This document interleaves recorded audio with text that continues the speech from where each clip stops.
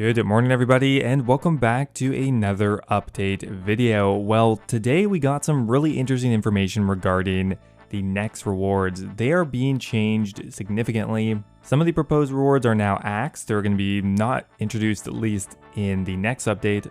But to replace those, we are going to have some brand new rewards, which are going to be best in slot, not niche weapons, side grades, or anything like that. Straight up better items, and I'm really excited to have a look at these and discuss them with you today. Thanks for watching. As always, if you do find these videos helpful, always appreciate a like on the video. It really does help my video get recommended. More people watch, makes me happier. The information gets out there quicker, of course. Thanks again, and let's get started.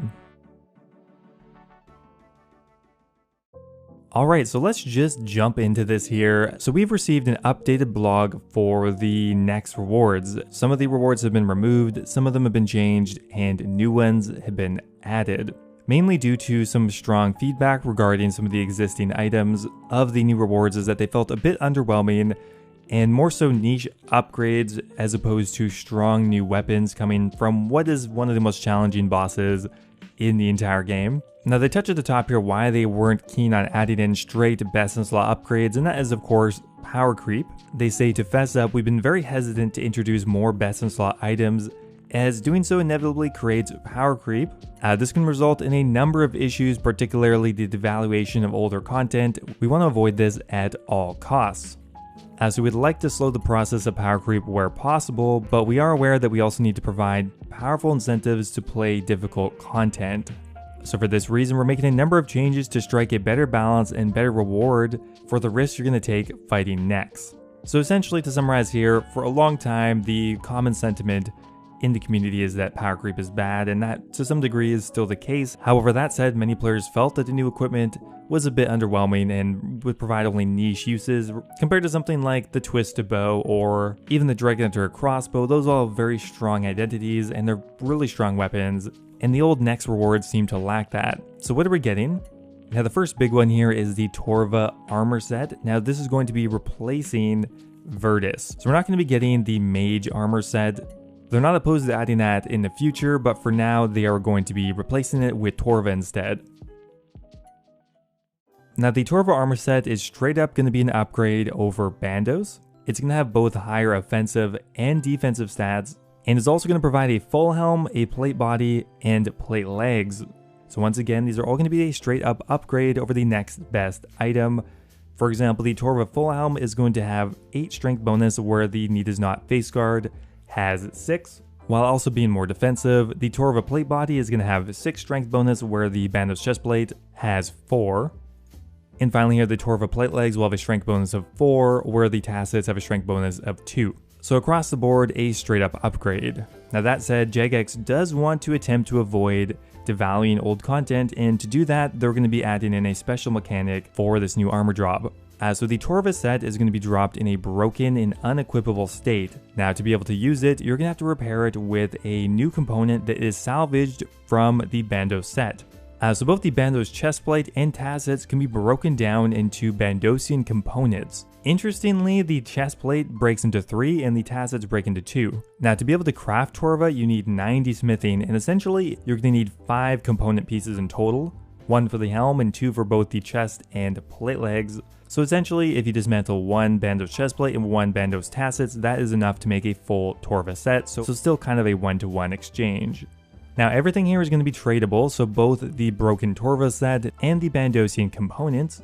So essentially, by requiring 1 Bandos set for every Torva set, that really should help prop up the value of Bandos, so it'll be adding in an additional item sync on top of what most likely will be coming from the GE tax as well. So I think combined, Jagex is hoping that that should hold the value of Bandos relatively flat. Now one thing they don't mention in the blog is what tier of armor it is. I would guess it's probably tier 80.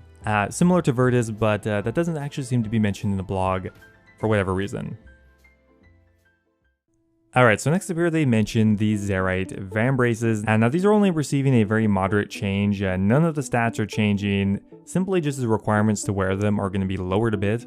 So they're lowering the defense requirement to 45 defense, that way Zerker builds can use them. That said, Zerite Vambraces overall, not changing. Okay, so next up we have another big one here, the Zerite Crossbow. So this is going to be replacing the Zerite Bow. So although the Zerite Bow got a lot of great feedback, they noticed that a lot of people were hoping maybe for a new crossbow instead, as although we did have the Bow of Faerdinin fairly recently, it's been a long time since we've introduced a new crossbow. So the Zerite crossbow is going to be a tier 80 crossbow, which is especially exciting because Nex just happens to be vulnerable to crossbows. So here's me this morning trying to desperately buy some armored crossbows. Didn't work.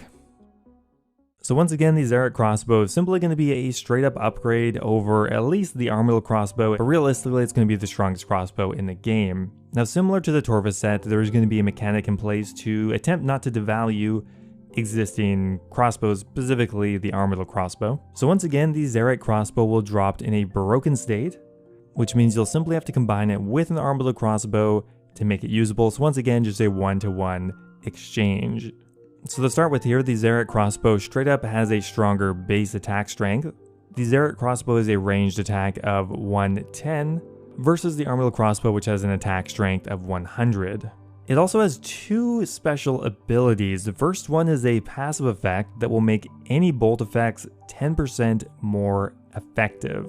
So this on its own seems very strong. They give an example, ruby bolts would normally hit 20% of your target's current HP, but with the Zerite crossbow it would instead hit 22%. Also, the damage cap would also be raised by 10%, so previously you could hit a max of 100, now you can hit a max of 110. Now it also comes with a special attack that requires 75% of your energy. So if you succeed at hitting the target or passing the accuracy check, you are always going to trigger your bolt. So for 75% of your special attack energy, it raises the chance of your bolts proccing from 6% to 100%, assuming that you hit. So an extremely powerful special attack and passive special. Okay, so finally here we have the Ancient Godsword. The Ancient Godsword is going to receive a moderate change, but it's still going to remain a fairly niche weapon, which they state now that you've seen the full changes to the Nexus loot table as a whole, we hope that you'll be a bit more comfortable with the Godsword remaining in its own cozy niche.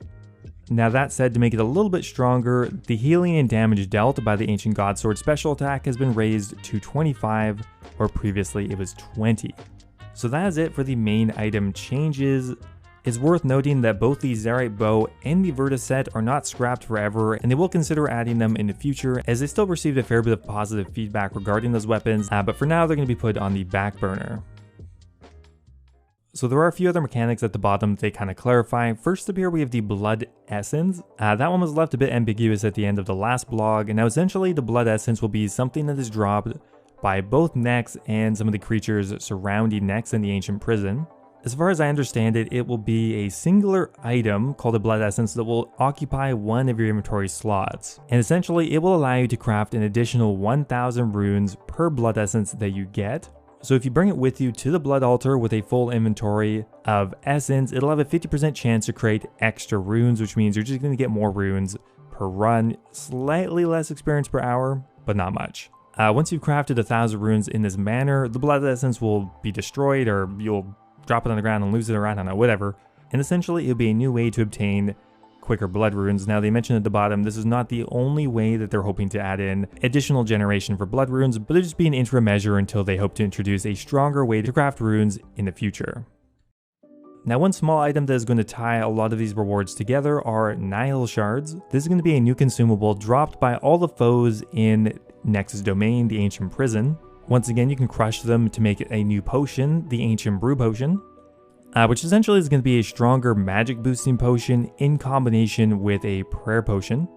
But that said, Nihil Shards are also going to be required to craft a few of the items here. For example, to make the Zerite crossbow, you're going to need 250 Nihil Shards on top of combining it with the armored crossbow. For some reason, you don't need it for Torva. Not really sure about that, or maybe they just didn't clarify it.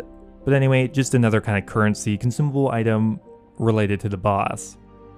And finally here we have ecumenical key shards, which I don't believe are changing at all. So that is it for the new rewards.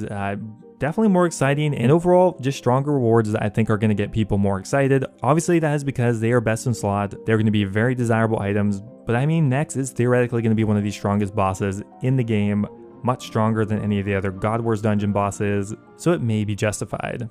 So as always guys, let me know what you think of the update down below. I'm always keen to hear you guys' opinion.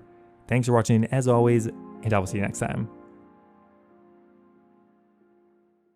Now before I go here guys, I want to give a giant thank you to all of my members over on YouTube. Thank you so much to Sejuani's Flail, The Hybrid, Ocelot, and Kush Patel for all being subscribed at the Dragon tier. You guys are awesome. Thank you guys so much as always. Also another giant shout out to Mexos, Basetich, MDM001, and Yo-Yo Sub 89 for being subscribed at the Runite tier. Thanks a lot guys. As always, if you guys are looking for another way to support the channel, becoming a YouTube member is an awesome way to do so, get immortalized in all of my future videos, get a custom role in my Discord server, and get access to my video release schedule. Thanks again guys, and I'll see you next time.